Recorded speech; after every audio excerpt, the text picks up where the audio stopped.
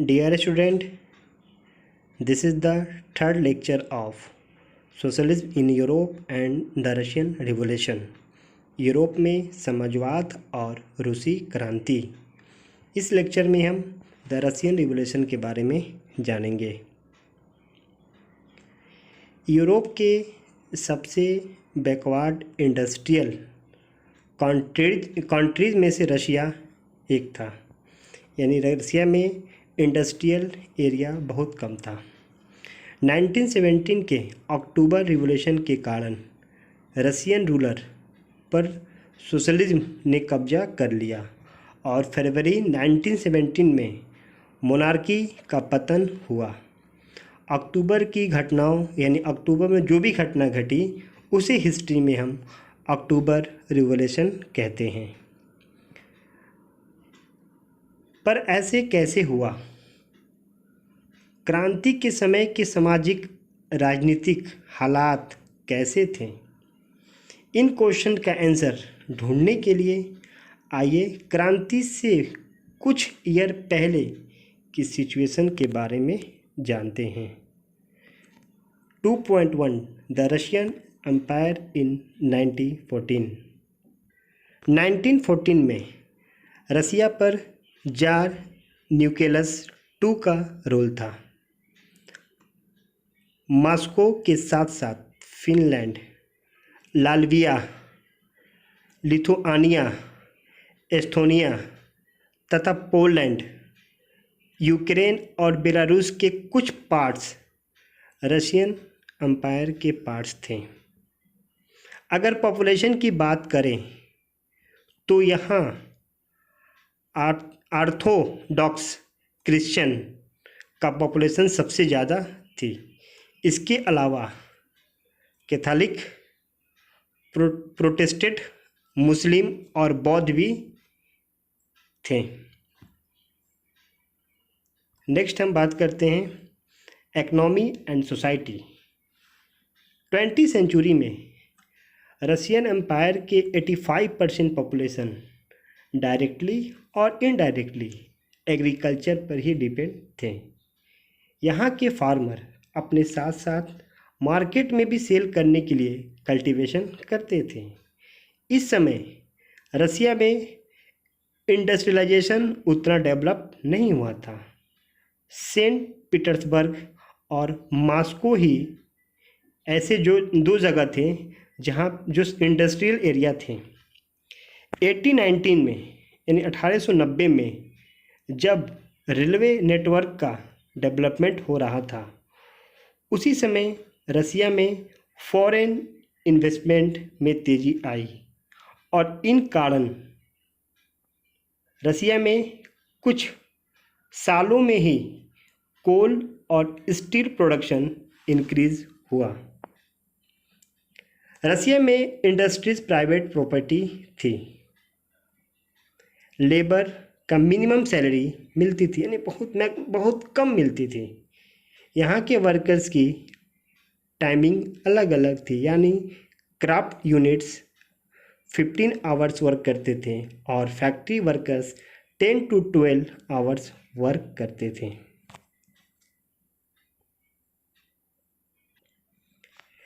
यहाँ तक कि सोशल लेवल पर वर्कर्स को भी डिवाइड किया गया था।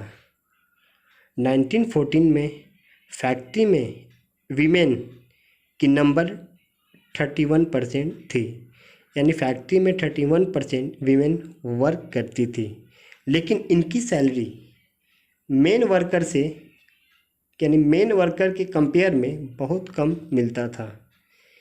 इन लेबर्स के लिए के एक दूसरे के हेल्प करने के लिए, यानी ये जितने भी लेबर थे ये एक दूसरे को हेल्प करने के लिए एक एसोसिएशन का फॉर्म किए। जब ऑनर किसी लेबर्स को फैक्ट्री से निकाल देता था तो ये वर्कर्स मिलकर स्ट्राइक करते थे। 1896 to 97 टेक्सटाइल इंडस्ट्रीज़, 1902 में मेटल इंडस्ट्रीज़ में स्ट्राइक बहुत अधिक होती थी।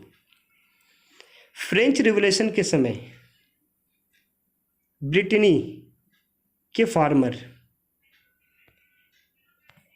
नोबेल्स का रिस्पेक्ट के साथ साथ वॉर में उनका साथ देते थे, लेकिन रशियन फार्मर इसके बिल्कुल अपोजिट थे।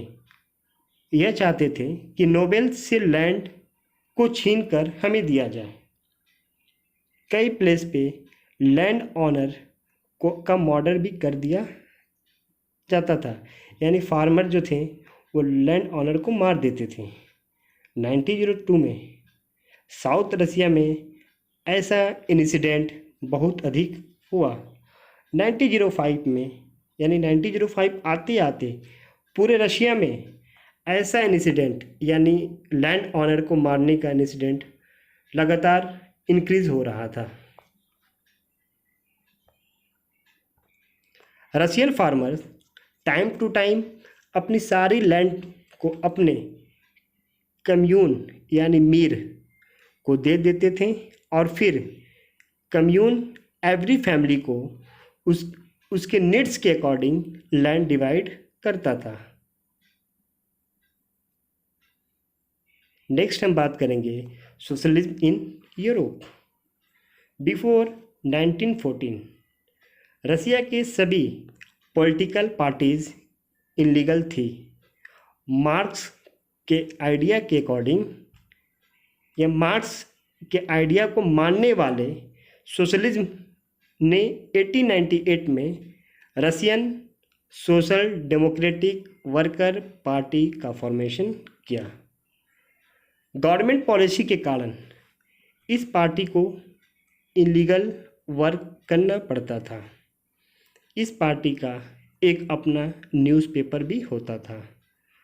कुछ रशियन सोशलिज्म को लगता था कि रशियन फार्मर जिस तरह अपने लैंड को बांटते हैं उससे पता चलता है कि इनका नेचर सोशलिज्म वाला है। इसी आधार पर उनका मानना था कि रसिया में लेबर नहीं बल्कि फार्मर रेवोल्यूशन का इम्पोर्टेंट कारण बनेंगे। 1900 में उन्होंने सोशलिस्ट पार्टी का फॉर्मेशन कर लिया। इस पार्टी ने फार्मर की राइट्स के लिए स्ट्रगल और डिमांड की कि नोबेल्स जो फार्मर्स की लैंड को कब्जा किए हुए हैं वो तुरंत फार्मर को लैंड वापस करें। सोशल डेमोक्रेटिक पार्टी समाजवादी क्रांतिकारियों से सहमत नहीं था। लेनिन का मानना था कि फार्मर में यूनिटी नहीं है, वो कई भागों में डिवाइड है। नेक्स्ट हम बात करेंगे द 1905 रिवॉल्यूशन। रसिया एक ऑटोक्रेसी कंट्री था। 1905 में रिवॉल्यूशन के दौरान उन्होंने कॉन्स्टिट्यूशन डिमांड के लिए सोशल डेमोक्रेटिक और समाजवादी क्रांतिकारियों को साथ लाकर फार्मर्स और लेबर के बिटवीन बहुत वर्क किया। यहाँ तक कि मॉडर्न इस्लाम के सपोर्टर जिसको बोला जाता है जदी दियो का भी सपोर्ट मिला। रशियन लेबर्स के लिए 1904 ईयर अच्छा नहीं रहा, क्योंकि उस समय जो ज़रूरत की सामान थी उसकी प्राइस तेज़ी से इंक्रीज़ हो रही थी। यहाँ तक कि उनका जो रियल वेजेस था यानी बेसिक सैलरी थी उसमें 20% की कमी आ गई। इसी साल यानी 1904 में 4 मेंबर्स को प्यूतिलुआ आयरन वर्कर्स ने नौकरी से हटा दिया। फिर क्या हुआ? न्यू डे यानी दूसरे दिन नेक्स्ट डे लेबर्स ने स्ट्राइक कर दिया। देखते ही देखते सेंट पीटर्सबर्ग के 1,10,000 से ज़्यादा लेबर्स वर्किंग आवर और सैलरी बढ़ाने की डिमांड करने लगे और लगातार स्ट्राइक पे चले जा रहे थे।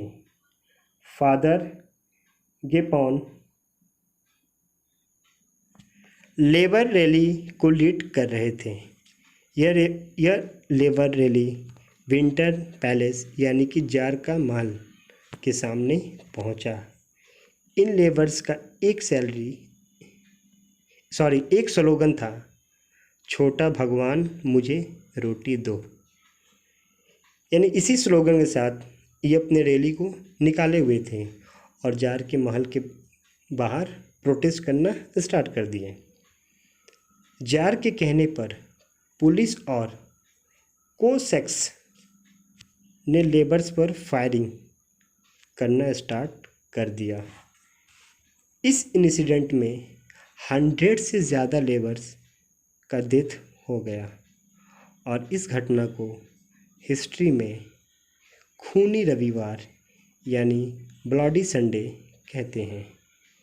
चूँकि ये दिन संडे का था इसीलिए इसे खूनी रविवार कहते हैं।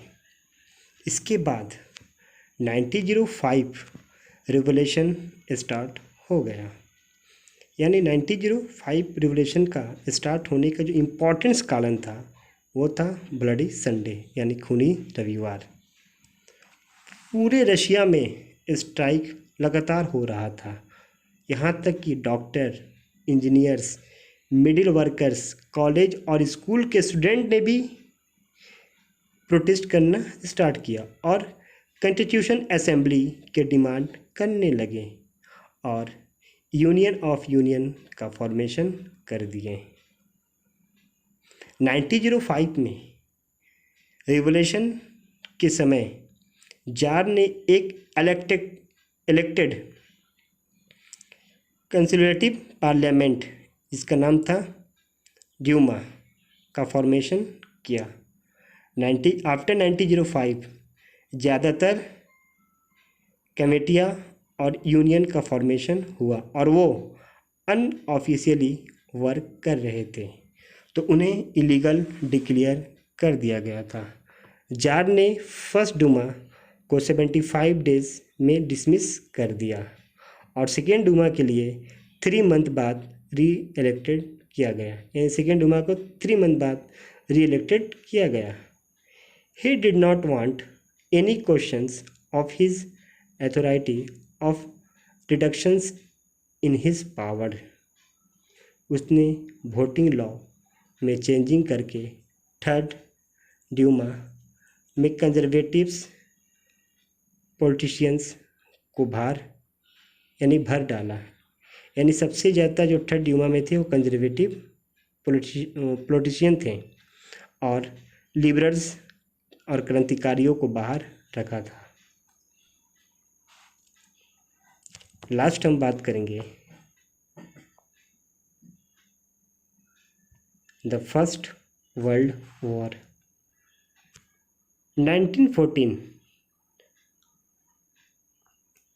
अगर हम डेट की बात करें तो 28 जुलाई 1914 दो यूरोपियन अलायंस के बीच वॉर हुआ। First central power, second allied power. Central power में जर्मनी, ओटोमन एम्पायर, ऑस्ट्रिया और बुल्गारिया था। एलाइड पावर में ग्रेट ब्रिटेन, फ्रांस, जापान, रसिया, इटाली और 1917 में यूनाइटेड स्टेट ने सपोर्ट किया। इस वॉर में रसिया को बहुत सपोर्ट मिला। सिटीजन ने जार का सपोर्ट किया, लेकिन जैसे जैसे वॉर लंबा होता गया तो जार डूमा में मौजूद इम्पॉर्टेंट पार्टी से एडवाइस लेना छोड़ दिया। यह वॉर 1914 से 1918 तक चला। 11 नवंबर 1918 को फर्स्ट वर्ल्ड वॉर ख़त्म हुआ। 6 अप्रैल 1917 को यूएसए ने अलायंस पावर को ज्वाइन किया, जिसके बाद अलायंस पावर पहले से ज़्यादा स्ट्रांग हो गया और इस तरह first world war alliance power ने जीत ली। 1917 तक 70 लाख पीपल मर चुके थे। फर्स्ट वर्ल्ड वार से रिलेटेड कुछ इंपॉर्टेंट क्वेश्चन पे हम डिस्कशन करते हैं। फर्स्ट वर्ल्ड वार की शुरुआत 28 जुलाई 1914 में हुई। फर्स्ट वर्ल्ड वार 4 वर्ष तक चला। 37 कंट्री ने फर्स्ट वर्ल्ड वार में भाग लिया। फर्स्ट वर्ल्ड वार का तत्कालीन कारण ऑस्ट्रिया के राजकुमार फ्रेडरिक की हत्या था, यानी इसके मर्डर के बाद ये वॉर हुआ था। ऑस्ट्रिया के राजकुमार की हत्या बोस्निया की राजधानी सेराजेवो में हुई। फर्स्ट वर्ल्ड वार के दौरान दुनिया मित्र राष्ट्र और धन राष्ट्र 2 खेमों में बंट गई।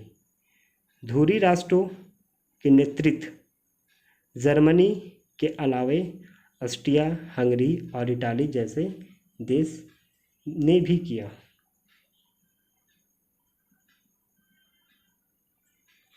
मित्र राष्ट्रों में इंग्लैंड, जापान, यूएसए, रूस और फ्रांस थे। गुप्त संधियों के प्रणाली का जनक बिस्मार्क था। ऑस्ट्रिया, जर्मनी और इटली के बीच त्रिगुट का निर्माण 1882 में हुआ। सर्बिया का गुप्त क्रांतिकारी संस्था काला हाथ था। रूस जापान युद्ध के अंत अमेरिकी राष्ट्रपति रूजवेल्ट से हुआ। मोरक्को संकट 1906 में सामने आया। फर्स्ट वर्ल्ड वार के दौरान जर्मनी ने रूस पर 1 अगस्त 1914 में अटैक किया। जर्मनी ने फ्रांस पर हमला 3 अगस्त 1914 में किया। 60 number question, England first world war में 8 अगस्त 1940 में शामिल हुआ। फर्स्ट वर्ल्ड वार के समय अमेरिका के राष्ट्रपति वुडरो विल्सन थे। जर्मनी के यू बोट द्वारा इंग्लैंड लुसितानिया नामक जहाज को डुबोने के बाद अमेरिका प्रथम वर्ल्ड वार में शामिल हुआ, क्योंकि लुसितानिया जहाज पे मरने वाले 1153 लोगों ने 128 व्यक्ति अमेरिकन थे। इसलिए अमेरिका ने फर्स्ट वर्ल्ड वार में एलाइज पावर का सपोर्ट किया। इटली मित्र राष्ट्रों की तरफ से फर्स्ट वर्ल्ड वार अप्रैल 1915 में शामिल हुआ। फर्स्ट वर्ल्ड वार 11 अक्टूबर 1918 को ख़त्म हुआ। पेरिस शांति सम्मेलन 18 जून 1919 में हुआ। पेरिस शांति सम्मेलन में 27 कंट्री ने भाग लिया। वर्साय की संधि जर्मनी और मित्र राष्ट्रों के बीच 28 जून 1919 हुई। युद्ध के हार जाने के रूप में जर्मनी से 6 अरब 50 करोड़ की राशि की मांग की गई थी। और लास्ट, अंतर्राष्ट्रीय क्षेत्र में फर्स्ट वर्ल्ड वार के सबसे बड़े योगदान राष्ट्र संघ की स्थापना था, यानी यूनाइटेड नेशन। ये 25 इम्पॉर्टेंट पॉइंट थे फर्स्ट वर्ल्ड से रिलेटेड। नेक्स्ट लेक्चर में हम बात करेंगे the February revolution in Petrograd, यानी पेट्रोग्राड में फरवरी क्रांति। Please like, comment and subscribe